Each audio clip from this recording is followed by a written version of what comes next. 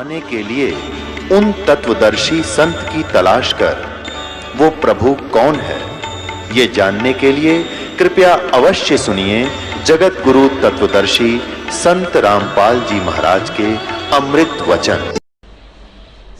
अब इन सदग्रंथों ने,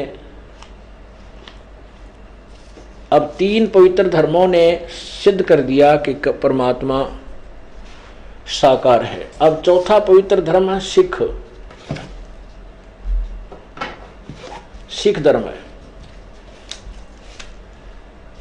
नानक साहब जी ने जो पहले अपनी परमात्मा की प्राप्ति से पूर्व लोक वेद के आधार पर लिखा था, तू ही एक निरंकार, वो वाणी भी उनकी लिपिबद्ध है। और फिर उन्होंने प्रश्न नंबर, श्री गुरु ग्रंथ साहिब में प्रश्न नंबर 24 पे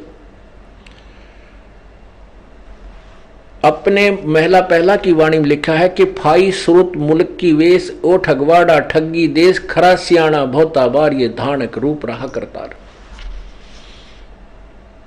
कबीर परमात्मा को सचखंड में देखा, सतलोक में सारी सृष्टि की रचना का मालिक, रचनाकर्ता को, और फिर वो उसी स्वरूप को काशी में एक जुलाहे के रूप में देखा। तब कहा था ए ठगवाड़ा ठगी देश, खरा सियाणा बहुतावार ये धानक रूप रहा करतार। लोगों, ये बैठा भगवान, ये पूर्ण परमात्मा है। श्री गुरु ग्रंथ साहिब प्रश्न नंबर 721 उस पर लिखा है कि एक अर्ज गुप्तम पेश तोदर कून करतार, हक्का कबीर करीम तू बेऐब परवरदिगार। हक्का कबीर, सत कबीर, बेऐब परवरदिगार, निर्विकार परमात्मा जिसमें कोई दोष नहीं, वो पूर्ण परमात्मा, वो कबीर है। हक्का कबीर, सत्य कबीर,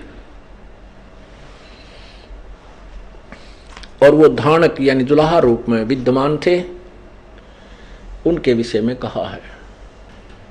अब चारों पवित्र धर्मों के पवित्र सदग्रंथों ने स्पष्ट कर दिया कि पूर्ण परमात्मा कबीर है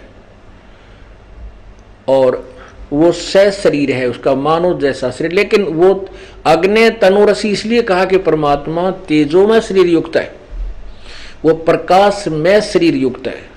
परमात्मा की परिभाषा, प्रभु की परिभाषा आप सुन रहे हैं।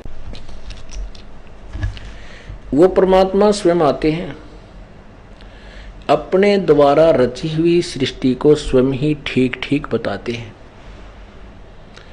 क्योंकि उस परमात्मा के अतिरिक्त सृष्टि की रचना को कोई नहीं जानता। परमात्मा ने आकर के अपनी प्यारी आत्मा, अपने एक शिष्य धर्मदास जी को बताया था